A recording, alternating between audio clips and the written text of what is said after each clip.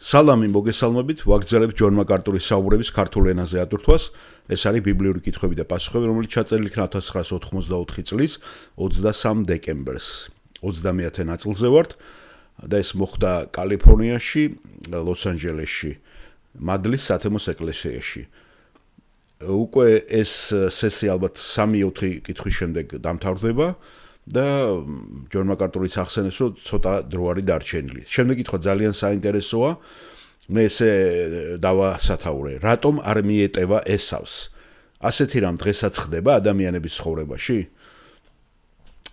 იცით ეს ალბათ ესავის და იაკობის ისტორია, ძმები, ისააკის შვილები და რა მოხდა მათ როგორ დაკარგა მან უფროსი ძმის სტატუსი და მე როცა ითხოვდა რატომ არ მიეტევა მას. ამას უკვე ახალი აღთქმაც გვეუბნება და პიროვნება სვავს ამ საინტერესო კითხვას. ხდება ისე რომ ადამიანი ჩვენ ვიცით რომ მადლითა ვართ გადარჩენილი და დღეს მადლითა ვართ იესო რომ ყველას გვიხსნის. რა თქმა უნდა როცა ვაღიარებ ჩვენ ცოდებს და მივდივართ მასთან. მაგრამ ხდება ისე რომ ადამიანი უკვე ისეთ ზღვარს გაცდება, როდესაც მას უკვე მონანიება და გააჩნია კიდე რა მონანიებაზე ლაპარაკი, ამაზეც სიტყვის ჯონ მაკარტური, რომ უკვე აღარ შველის, ხომ? და ძალიან პრობლემატური კითხვა, ბევრს დაუსვია კიდევაც ეს კითხვა მომისმენი ამაზე პასუხებიც და ბატონ ჯონსაც ბევრი უსაუბრია ჩვენს ქართულ საუბრებში ამაზე. ვინც თვალს ადევნებს და ყურს თვითონაც დასწრები ამ საუბრებს. მოდით ახლა მოусმინოთ თუ ვინ სვავს და რატო სვავს ამ კითხვას. ჯონ მაკარტური პირველ რიგში ამბობს, ჩვენ გვაქვს მხოლოდ 8 წუთი დარჩენილი და გთხოვთ დაგვისვათ იმდენი კითხვა, რომ ჩავეტიოთ ამ 8 წუთში. და ჩვენ ვაპირებთ რომ დავამთავროთ, ბევრი თქვენგანი ალბათ სტუმრადაც მიდის ერთმანეთთან უკვე ქრისტეშობის პერიოდია და სახლშიც აპირებს წასვლას. და ალბათ შეჭამს ყველაფერს, რასაც აგროვებდი და ინახავდი თავს მთელი კვირის განმავლობაში, ხო? ასე რომ მე არ მინდა თქვენს ამ რაღაცა სტუმრიანობაში ხელი შეგიშალოთ, სტუმარ მასმინძლობაში და მოდით ახლა შევმოკლოთ ეს დრო და მალე დავამთავროთ. კითხვა, მე მქვია უილიარდი და ისეთი ის არის და ამ კომენტარის შემდეგ მე მაქვს შეკითხვა ებრაელების წერილზე. მე ვიცი რაც გინდათ რომ გითხოთ.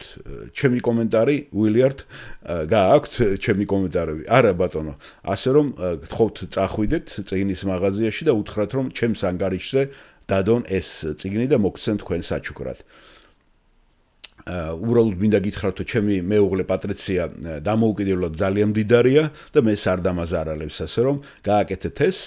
მე მაინც მინდოდა რა თქვით ის მომეცა ეს, გადადი წიგნების მაღაზიაში და უთხარით რომ მოგცენ ეს წიგნი. და კითხვა არის ებრაელთა მე-12 თავზე.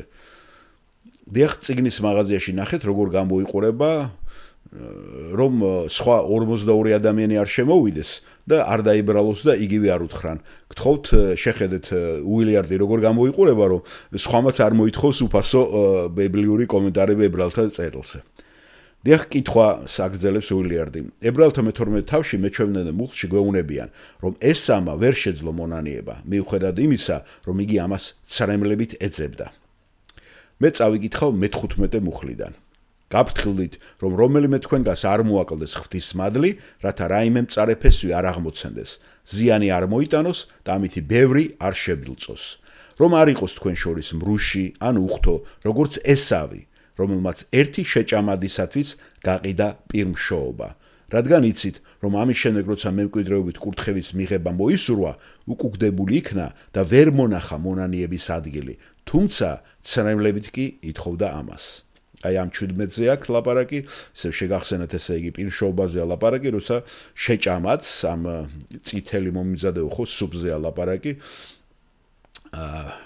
ჩვენ მერჯიმექს ვუძახდით ხო კაიმათი რა ქვია, ლენტილი ქვია ინგლისურად და ქართულადაც არის სახელი ახლა ამომივარდა. როცა აკეთებდა ამას, მოვიდა მშიერი ნადირობიდან ესავი და სთხოვა რომ ეჭამა და მაშინ იაკობმა შესთავაზეს მთელი ისტორია, შეგიძლიათ წაიკითხოთ უკვე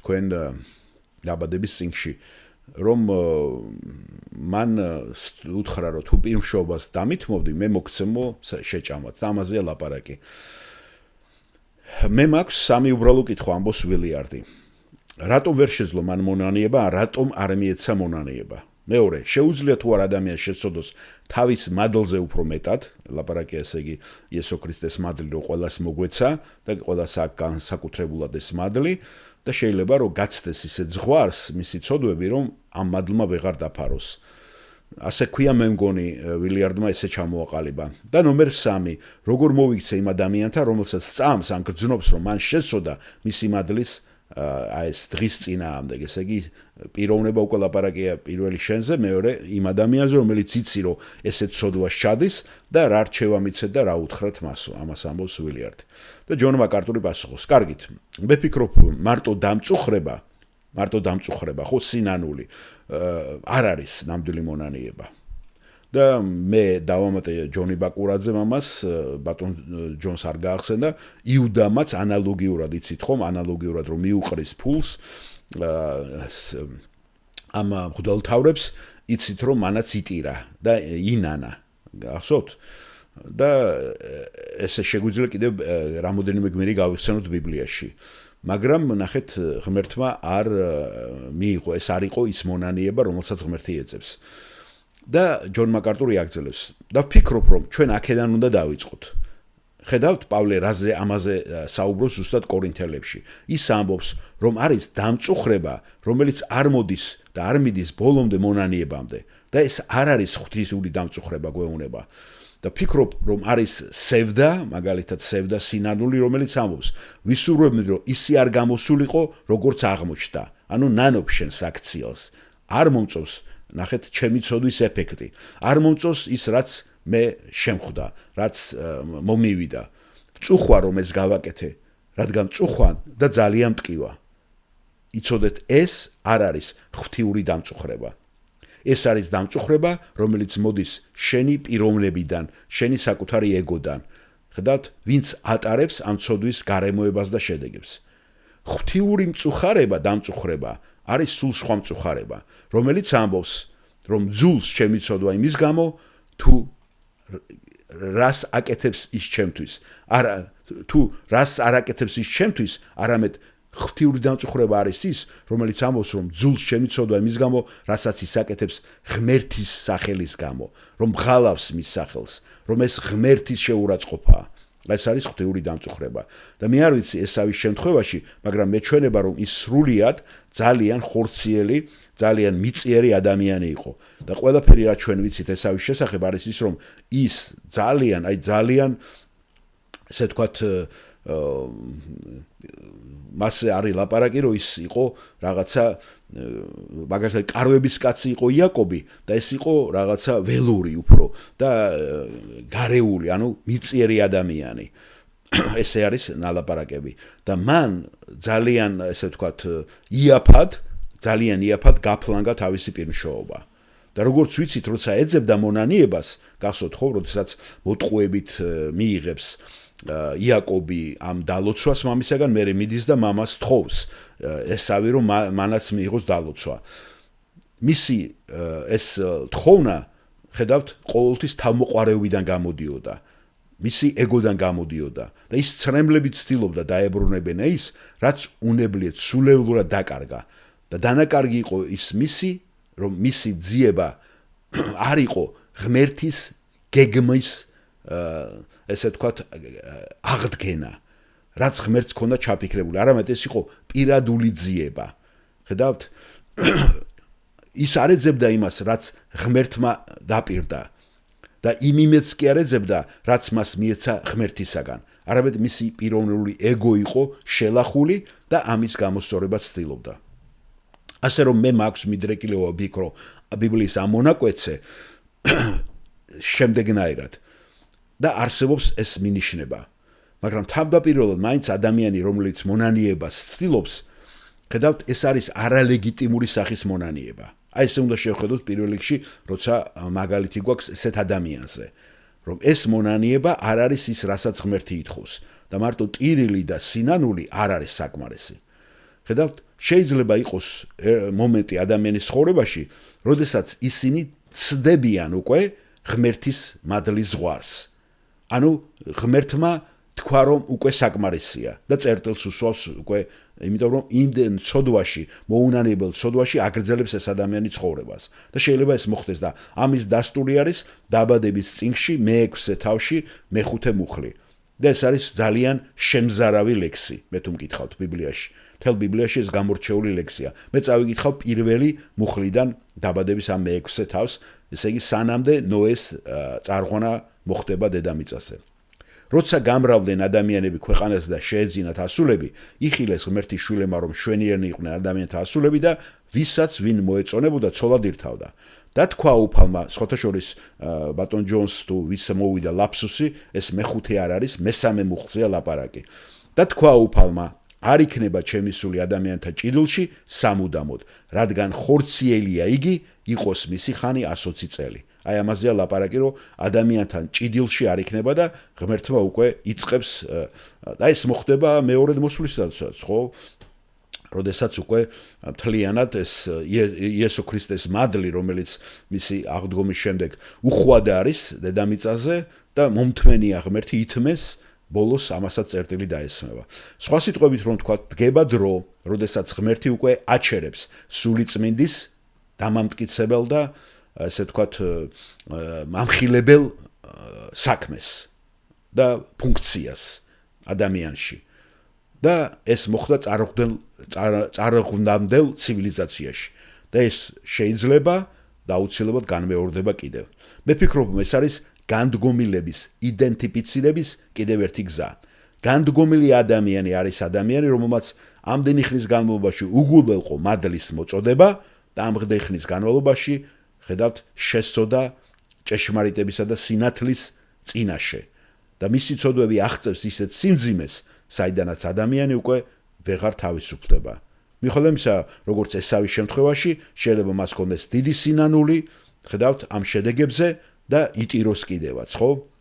ახლა მე არ ვიცი რომ თქვენ შეგიძლიათ იცოდეთ, ნახეთ, ესე იგი ჩვენ არ შეგვიძლია, როდესაც თქვენ კითხვა დასვით, ხო? თქვენ შემთხვევაში ან სხვა ადამიანის შემთხვევაში იცოდეთ, მიაღწია თუ არა ადამიანმა ამ დონემდე. ჩვენ არ ვიცით ეს. მაგრამ როდესაც იპოვით ისეთ ადამიანს, რომელიც თქვენი აზრით შეიძლება მიახლოებულია ამ მომენტამდე, თქვენ უნდა ყველაფერი გააკეთოთ, რომ მოუწოდოთ მას მთელი ვნებით, მთელი ენერგიებით, რომ ის მობრუნდეს და მოინანიოს. იმიტომ რომ შეიძლება უკვე მისთვის დრო იწურება. მე არ ფიქრობ, რომ არსებობს რაიმე გზა იმის გასარკვევად, აქ თუ არა მათ, თუ ისინი მუდმივად უარყოფენ. სხვა სიტყვებით რომ ვთქვათ, ერთადერთი გზა, რომელსაც შეგიძლიათ იცოდეთ, რომ ადამიანი მადლიდან გადის, არის ის თუ, როდესაც კვდება ამ სიტუაციაში. ანუ გარდაცვლის პროცესში. თუ ადამიანი არ ინანიებს, თუ ადამიანი იგივე გაჯიუტებულია და გმობს ღმერთ შეგნებულად, შეიძლება ეს იყოს ამ დროს ნიშანი, მაგრამ ისე მანამდე ძალიან ძნელია ამის დადგენა. ამიტომ ცით თქვენ არ გინდათ რომ მას უთხრათ, კარგი, თქვენ ძალიან შორსა ხართ ამისაგან, ან დაამშვიდოთ ხო ადამიანი. არა, თქვენ ყველაფერს ცდილობთ, რომ ადამიანთან მიიტანოთ ეს საშიშროება, რომ ის უკვე ზღვარს არის მიახლოებული და არანაირად იგნორირება ამ სიტუაციას, არანაირად რაღაცა შერბილება არ ახამს, არანაირად არ შეიძლება. მაგრამ ჩვენ ეს არ ვიცით, როდის არის ეს მომენტი. ამიტომ ჩვენ ყოველთვის ვცდილობთ, როცა ხედავთ ადამიანში ცოდვას, რომ მას უთხრათ ეს და გავაგებინოთ.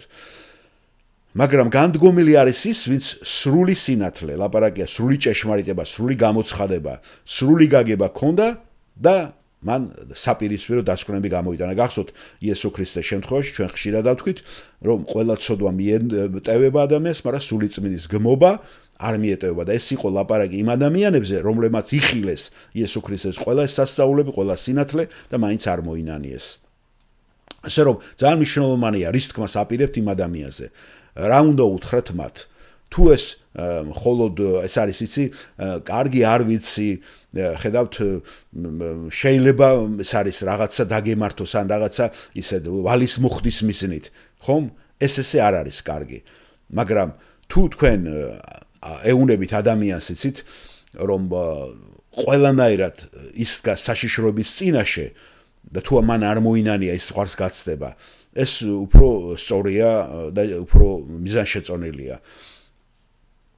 და თუ ადამიანი ერთი-ორი შეგონების შემდეგ თქვენ მაინც იგნორირებას გიკეთებთ, არ უნდა ამის გაგება, მაშინ არ ზღირს ბევრი დროის დახარჯვა ამ ადამიანს. ესეც ჩემი რჩევა არის, თუ ის ყველაფერს უარყოფს, თუ ის შეურაცხყოფს ქრისტეს სახელს, სულიწმინდას, მაშინ არ გინდათ ამ ადამიანთან ბევრი დახარჯვა. თქვენი მოვალეობა შეასრულეთ და დაელოდეთ ღმერთის უკვე მოქმედებას. მაგრამ ადამიანს, რომელიც უბრალოდ რაღაცა ჭოჭმანობს, ვერ გაუგია, მაგალითად ინფორმაცია მას არ აქვს ბევრი ამის შესახებ, ხო? უჭირს წმენაში, ხედავთ?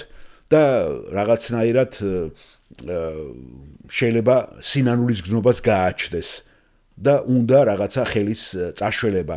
მაშინ თქვენ უნდა ყველაფერი გააკეთოთ იმისათვის, რომ ეს ადამიანი გააფრთხილოთ.